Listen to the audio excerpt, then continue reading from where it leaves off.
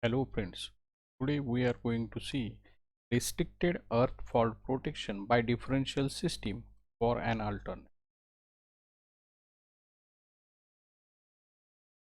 Now let us see the figure of this restricted earth fault protection for alternator by differential protection.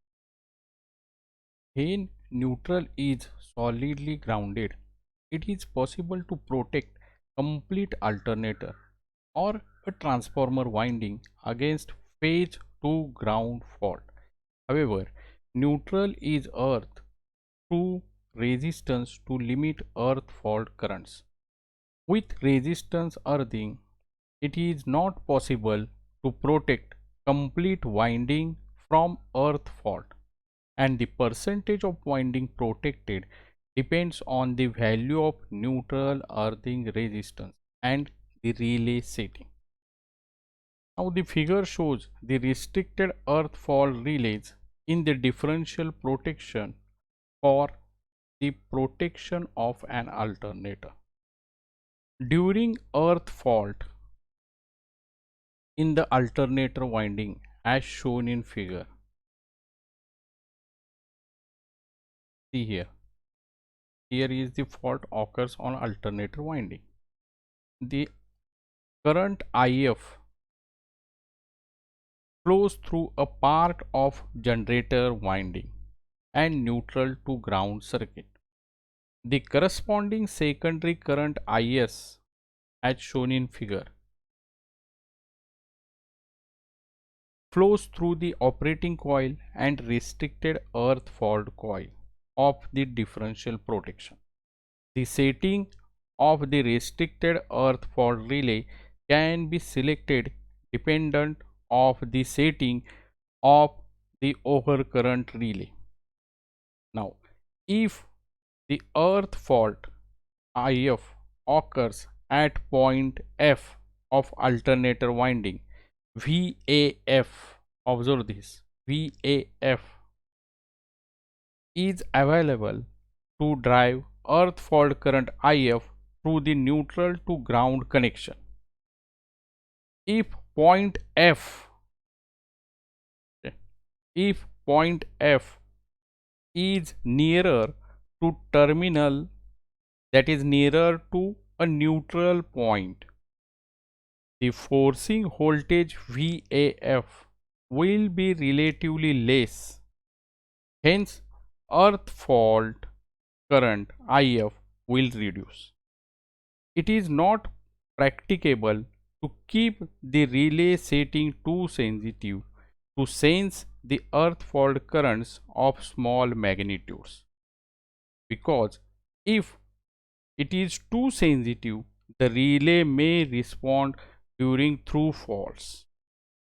Okay, this is due to inaccuracy of CTs, saturation of CTs, etc.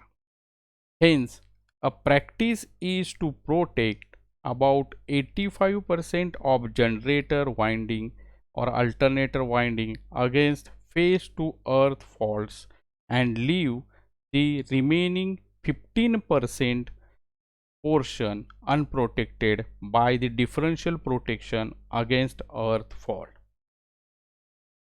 Now, let us see some important points related to neutral resistance or resistance which is used in earthing circuit. Now, first important point is the resistance R limits the earth fault current. Now, if R is too small, that is, it is solidly earthing, then earth fault currents are too large. Hence, such a method is not used for large machines. Solid earthing is limited to machines up to 3.3 kV. Now, second point is for low resistance earthing, the resistance R is such that if full load current passes through neutral for a full line to neutral voltage, that is line to earth fault. Okay. Third important point is medium resistance earthing is commonly used on generator transformer units.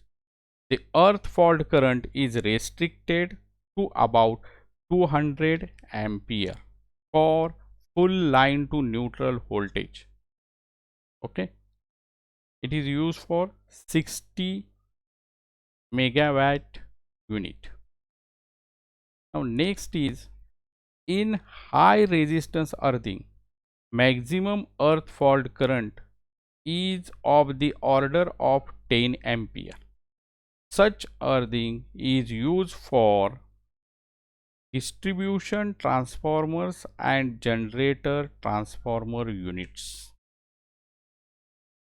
Now with higher neutral resistance, the earth fault current is reduced.